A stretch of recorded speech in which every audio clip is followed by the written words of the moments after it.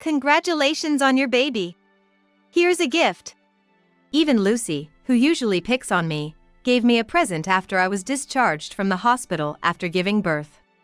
The moment I saw what was inside, an overwhelming rage surged in my heart, and before I knew it, I had thrown the gift into the trash can. That's so mean. Lucy started fake crying loudly so that the family in the other room could hear. Hearing the commotion, Robert and others hurried over. What happened? In response to Robert's question, Lucy pleaded with a theatrical act to gain sympathy. Seems like Catherine didn't like the baby gift I gave her. Robert was shocked and said, You shouldn't throw it away right in front of her. Apologize to her now. I managed to utter with a trembling voice. Did you check what's inside? Picking the gift from the trash and opening the box, Robert was at a loss for words. It was evident how quickly the usually calm man became furious. Lucy, why would you give something like this? Depending on the situation, I might have to reconsider our relationship. Neither I nor Robert would probably ever forgive Lucy for this nonverbal insult. My name is Catherine Smith. Although I'm now just a regular homemaker, I actually grew up in a foster care. My parents left me just after I was born, disappearing from the hospital. I've heard that some foster cares can be bad, but the one I was raised in had no bullying, and I grew up with love from the caretakers there. Still, I've always longed for a typical family since childhood. I wanted to become a mother someday and build a happy home. That desire was probably stronger in me than in most. But what plunged me into despair was the words of a doctor I visited due to irregular periods when I was a high school student. You have an STD virus.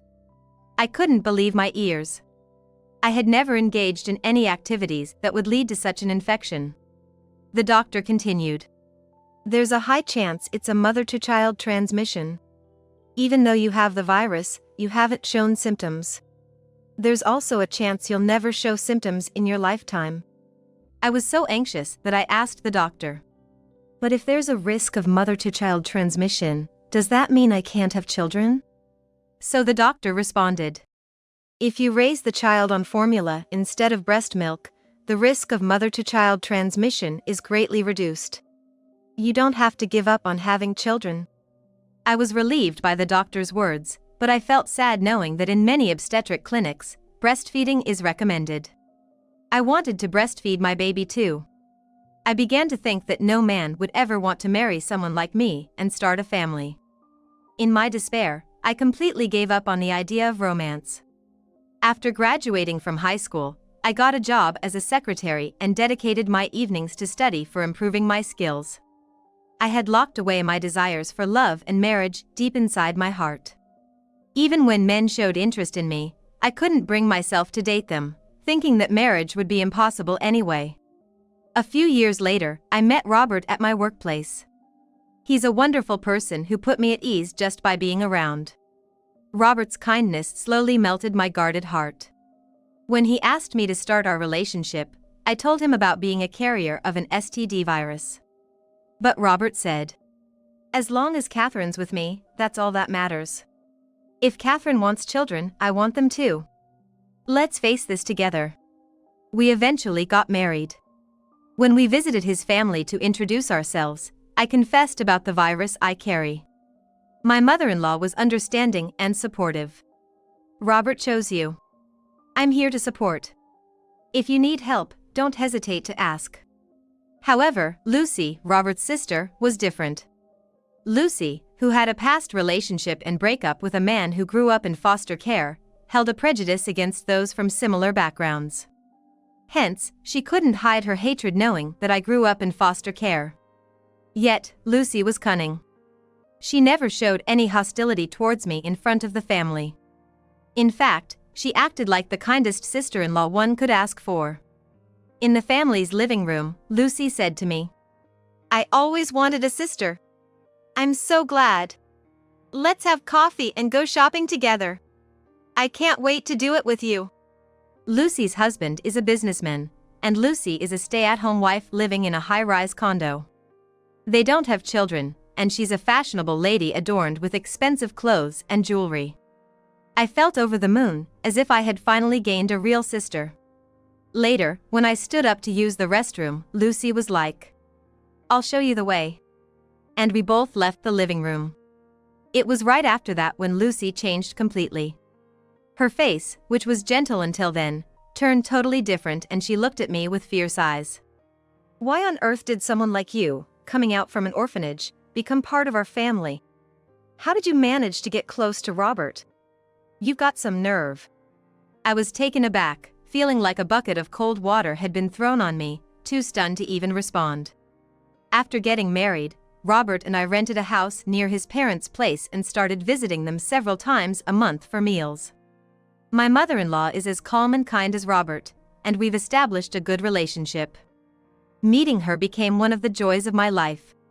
However, I always felt down whenever Lucy happened to visit on the same day. Lucy continued to intimidate me only when we were alone. She had countless petty criticisms, like how I did the housework or how my fashion sense was outdated. In front of the family, she'd always put on the facade of a shining, kind sister-in-law. This discrepancy tore at me, leaving me unsure how to deal with my feelings. Robert only knew Lucy's gentle and beautiful side and always talked highly of her whenever they met. To my mother-in-law, Lucy, with her beauty and education, seemed to be the pride and joy. I yearned for the warm family atmosphere that was present there. I felt included when both my mother-in-law and Robert were around. If I could just endure it, everything would be fine. That's what I kept telling myself. Because of me, Lucy turned into a devil. I couldn't disrupt this warm family environment. So, I couldn't even tell Robert, the person I trust the most, about the hurtful things Lucy said to me. When I became pregnant, Lucy's bullying became even more intense. That day, Robert went out shopping, and my mother-in-law was cooking in the kitchen. I was told to sit and rest due to my pregnancy, but I wanted to strengthen my muscles for childbirth, so I asked if I could clean the living room floor. That's when Lucy appeared. Lucy sat on the sofa, looking down at me cleaning, and said, "You have an STD, don't you? It's so sad for the baby if it gets transmitted. If you follow the doctor's advice and use formula feeding, the risk of transmission from mother to child can be greatly reduced." I tried to explain that, but Lucy didn't want to hear it. My mom and Robert are too trusting. They probably believed whatever story you told them. But I'm not gonna fall for your lies. People like you, who grew up in orphanage, are always liars. I had to defend myself against that. Just because by chance, your ex-boyfriend happened to be a liar, doesn't mean everyone from foster care is like that. And calling someone from orphanage sounds discriminatory, you know? Then something shocking happened. Suddenly, Lucy started crying out loud. Caught completely off guard, I was left standing in shock. Immediately, my mother-in-law came rushing out of the kitchen. "What happened?" asked my mother-in-law, to which Lucy replied through her sobs. "It's okay. It's nothing. It's all my fault. Just like Catherine said, I just have a bad track record with men." My mother-in-law, with a knowing look, spoke to me a bit sternly. "So, you brought up Lucy's ex-boyfriend, right? That guy was truly awful. Even now, it's a trauma for Lucy. Could you please not touch on that topic?" Robert's gentle-natured his mother had a look on her face that I had never seen before.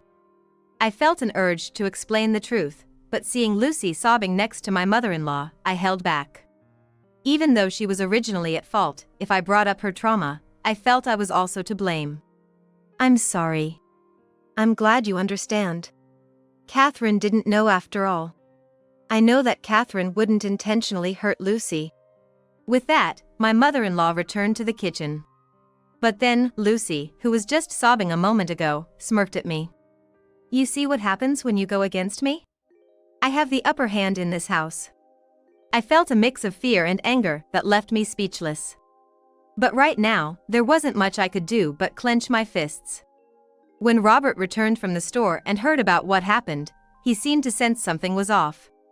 After returning from my in-laws' home, Robert asked me, "I just can't believe that someone as considerate as you would say something so insensitive to Lucy.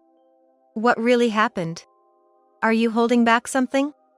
I swallowed hard, holding back the words on the tip of my tongue. If I exposed Lucy's bullying now, Robert would probably believe me. But I wonder about my mother-in-law. If a daughter and daughter-in-law's stories conflict, wouldn't a mother naturally believe her daughter? It might strain my relationship with my mother-in-law, and Robert might get troubled too. I was afraid of ruining the good relationship I currently had with my mother-in-law. No, really, it was my bad. I overstepped. I feel really bad for what I did to Lucy. Robert was like, "Well, as long as you are fine." Looking at me with concern but didn't press the matter further. It seemed like he sensed there was something I was hiding, but he respected my choice to stay silent. I felt really blessed to have such a wonderful husband and wanted to cherish this happiness. A few months later, I had a scheduled C-section, and our baby was born. A cute little boy. Robert and I were both moved to tears. Because of hospital rules, only the husband was allowed to visit. So, my mother-in-law met her first grandchild when I was discharged. My mother-in-law came to pick us up in her car. "He's so adorable. He looks just like Robert when he was a baby. But he has your eyes, Catherine. He's gonna be a heartbreaker." After being discharged, I stayed at my in-laws' place. My mother-in-law was like, "You just focus on the baby. Don't worry about anything else." She took care of all the other household chores. Given that I couldn't return to my own family for postnatal care, my mother-in-law seemed like an angel to me. But then, the woman who would throw me back into hell arrived at the house. Needless to say, it was Lucy. That day, Lucy brought her husband home with her. Lucy's husband, Tom, being a businessman, was tall and seemed very assertive, and he looked perfect next to the beautiful Lucy. However, he didn't smile once, which was a bit off-putting. Surrounding our baby and me at the dining table were my mother-in-law, Lucy, Robert, and Tom. That day, we were gonna enjoy a feast that my mother-in-law had put her heart and soul into. Lucy, with a big smile, handed me a large gift box. "Here, a gift to celebrate the birth." It was from a luxury baby store, way out of my price range. Lucy looked a bit embarrassed as she said, "I'm not sure about my taste, and I'm kinda shy. Can you open it in the next room and tell me what you think, just between us?" Wow, trust Lucy to think of everything. Thank you. If it's from you, it's gotta be good. Robert cheered. I had a bad feeling, but I didn't want to ruin the mood, so I put on a smile and thanked her. "Thank you, Lucy." It was the last time I would smile at Lucy in my life. As I moved to the next room, Lucy, who was walking ahead of me, suddenly turned to face me. Usually, she has a sour look, like she's unhappy, but she was oddly cheerful and grinning. "You probably don't often get gifts from a classy lady like me, right? You should be grateful. Come on, open it." Lucy urged me like that. Swallowing hard, I looked at the box with the logo of a high-end children's store. The box, adorned with a neat blue ribbon, seemed to contain a quality gift. Taking a deep breath, I untied the ribbon and opened the box, only to let out a sharp gasp. I felt my knees, my arms, shaking uncontrollably. It was rage. Had I ever felt such strong resentment before? Lucy laughed leisurely and said, "Any decent mother would use this, right? If she's decent, that is." The next moment, I threw the present hard into the trash. I threw it so forcefully that the trash can toppled over, scattering garbage on the floor. Yet, the trembling throughout my body didn't stop. I glared fiercely at Lucy. And yelled, losing my composure. "What kind of person are you? That's so mean! After I put so much thought into picking it out." Lucy countered with a feigned crying voice. Hearing the shouting from the next room, my mother-in-law, Tom, and Robert, holding our baby, rushed in to see what was happening. "What's going on here?" Lucy, tears streaming down her face, said to my loud mother-in-law. "It's my fault. I guess I have no sense of style. I thought it was chic, but it seems Catherine didn't like such a subdued color." Looking at the high-end store box spilling out of the knocked-over trash, Robert had a shocked expression on his face. Then, addressing me, he said clearly, I don't know what has happened between you and Lucy until now. But throwing away a gift right in front of her? That's low. Apologize to Lucy. Lucy immediately resorted to fake tears. It's okay, I should have asked Catherine about her preferences before choosing. They say new moms can be emotionally unstable. Please, don't be hard on her. Lucy, you're too nice, Robert remarked, genuinely moved by Lucy's words. He then turned to me with a lecturing tone. Catherine, she's saying this for your sake. Let's cool down and apologize together later. Unable to hold back anymore, I mustered a voice. Did you check the contents properly? What? Robert glanced at the trash can, puzzled. He slowly approached it and began to stack the protruding gift boxes. Just then, Lucy cried out in panic and was like, No! Trying to cover her tracks, she hastily explained. The gift I gave Catherine was so poorly received. I'm too embarrassed to show it. Just give it back and I'll take it home. Lucy tried to snatch the box, but Robert was faster than her to it and opened the present. The next moment, the expressions of every adult in the room froze. What's this? From my angle, all I could see was the back of Robert's ear and neck. I could tell that the back of his ear and neck were turning bright red in no time. Lucy, can you explain this? What's going on? It was the first and last time I ever heard the mild-mannered Robert raise his voice. This is something a mother would typically use, you know. My mother-in-law cast a stern look at Lucy, who was still feigning tears. Lucy, you knew Catherine wasn't breastfeeding, right? You were there when Catherine explained it. So why would you give this as a baby gift? My mother-in-law then spread out the contents of the box for all to see. It was a high-end charcoal-colored nursing cover. This isn't about the color or the design, Robert said, glaring at Lucy as if she were gum-stuck to the bottom of his shoe. Hey Lucy. You knew how self-conscious Catherine was about not breastfeeding. You were the one who told her that it doesn't matter whether she breastfeeds or formula feeds.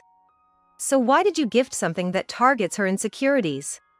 My mother-in-law looked at Lucy in disbelief. Lucy, have you been harassing Catherine like this on several occasions? Upon hearing these words from my mother-in-law, Robert looked startled. Come to think of it, that day when you cried recently must have been because of something like this. I had a hunch something happened but never confronted it. Catherine, have you been constantly harassed by Lucy? I thought about revealing everything Lucy had done to me right then and there. I must have endured so much pain and hardship all this time. I probably shed tears when no one was looking. But, overwhelmed by emotion, I couldn't find the right words and could only nod in agreement. My mother-in-law, with a tone firmer than usual, declared, I don't want to see your face anymore. Leave now and you don't need to visit this house again. Lucy's lips curled into a smirk while she continued her fake crying. She shot me a triumphant glance for a split second and then quickly resumed her act. Come on, Mom, Catherine's a new mother. If you abandon her, what's gonna happen to the baby? I've seen news about single moms struggling. For the baby's sake, please bear with it. Please forgive Catherine.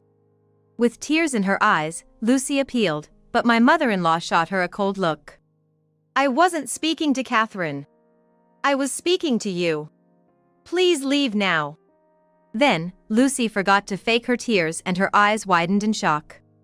Suddenly, her face turned serious and she blurted out in a frantic voice. Huh? Mom, what are you saying? You're choosing this bad wife over me? My mother-in-law, with a somber look, responded. I thought you were my pride and joy. Educated, beautiful, kind-hearted. I had no idea you had such a malicious side. I'm ashamed I didn't notice sooner. I don't want to see you anymore. Please stay away from this house for a while. Flustered, Lucy turned to Robert and was like, Don't you think she's being too harsh? But Robert, even angrier than my mother-in-law, retorted to her. Do you even understand what you've done? Not a single apology, huh? I've made up my mind. I'm cutting ties with you. I won't see you ever again. After slamming this decision on Lucy, Robert turned to me and apologized. I knew you had problems, Catherine. I thought it wasn't my place to intervene, and as a result, I made you suffer. I failed as a husband. Please forgive me. Then my mother-in-law also apologized to me. I was blinded by my love for my daughter. Even back then, I should have known that someone as considerate and hardworking as Catherine wouldn't say those things to Lucy. I regret not realizing it sooner. I'm truly sorry. They both genuinely understood my unspeakable feelings. On top of that, they've accepted me. I was so happy about that, I couldn't help but shed tears. Please don't be sorry. I've always been grateful for your kindness. Suddenly, Lucy, looking irritated, interrupted.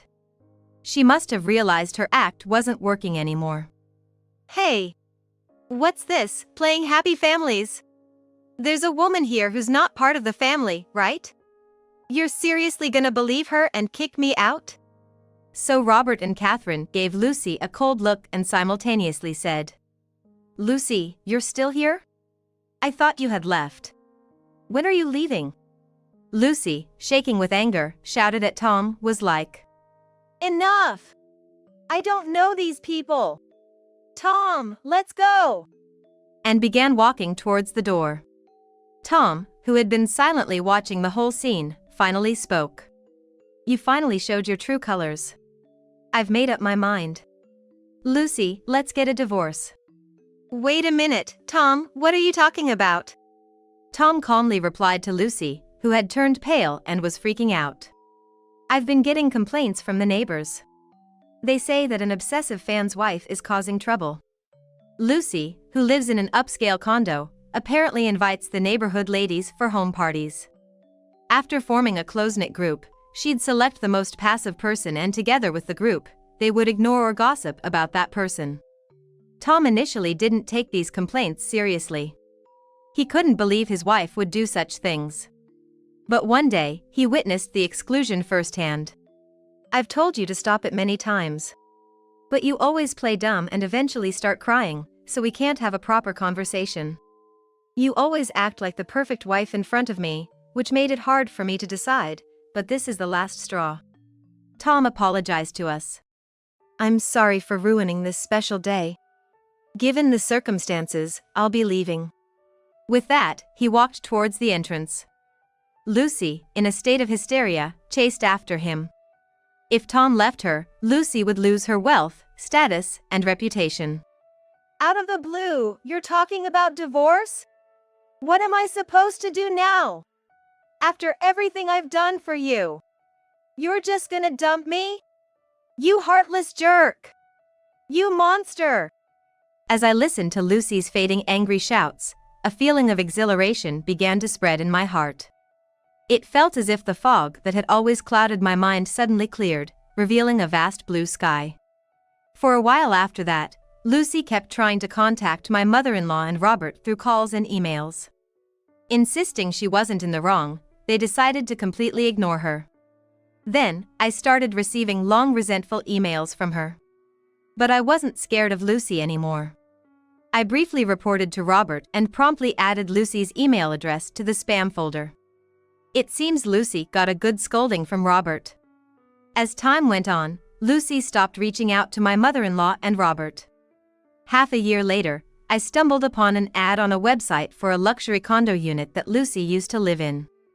Rumor has it that Lucy and Tom did indeed divorce. Lucy put up quite a fight, but it later came out that she had been unfaithful, leading Tom to leave her and finalize the divorce. A year later, a moving truck arrived at the mother-in-law's house, which had undergone extensive renovations. Robert and I began unboxing and storing the items brought in. From today, our family is gonna live with my mother-in-law for real. My mother-in-law, who now requires regular medical checkups, initially hesitated, but I asked her to let us repay the kindness she showed us after childbirth, and it became a reality. My mother-in-law, who had already given up her driver's license, kept thanking us. Though I felt like I should be the one saying thank you. Our baby, who had recently started walking, toddled around the spacious room. He's at that age where just walking is a thrill. Following our son, my mother-in-law smiled and walked behind him. This is our new home. In front of this heartwarming scene, Robert whispered to me. I nodded in response. Let's keep this happy family going. The picturesque scene I had always dreamt of since my childhood was now a reality right in front of my eyes.